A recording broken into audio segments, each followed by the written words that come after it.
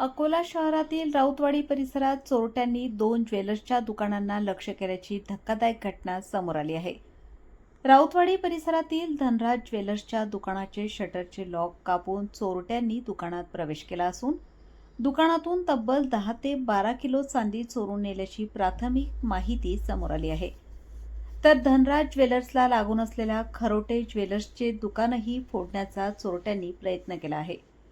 विशेष म्हणजे 2 दिवसांपूर्वी याच परिसरातील एका घरात चोरी करण्याचा प्रयत्न झाल्याची घटना घडली होती.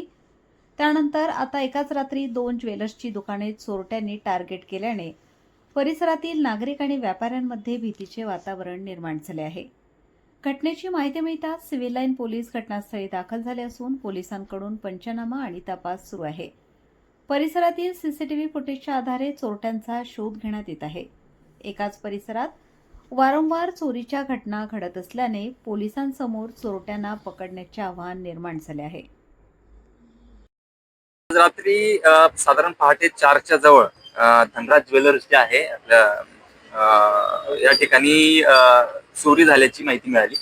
त्यानंतर आपली टीम पोहोचली, ते सीसीटीव्ही वगैरे बघितले तर त्याच्यामध्ये एकूण 3 आरोपी दिसत आहेत, जे जॅकेट घालून आहेत, मास्क घातलेला आहे चेहऱ्यावर पूर्ण, आणि कटरनी त्यांनी लॉक तोडून आतमध्ये प्रवेश केलेला आहे.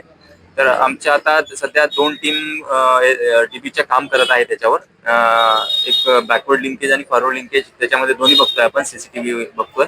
आणि रात्री अजून काही ठिकाणी प्रयत्न झालेला माहिती आहे, तर त्या ठिकाणची अपडेट घेतोय.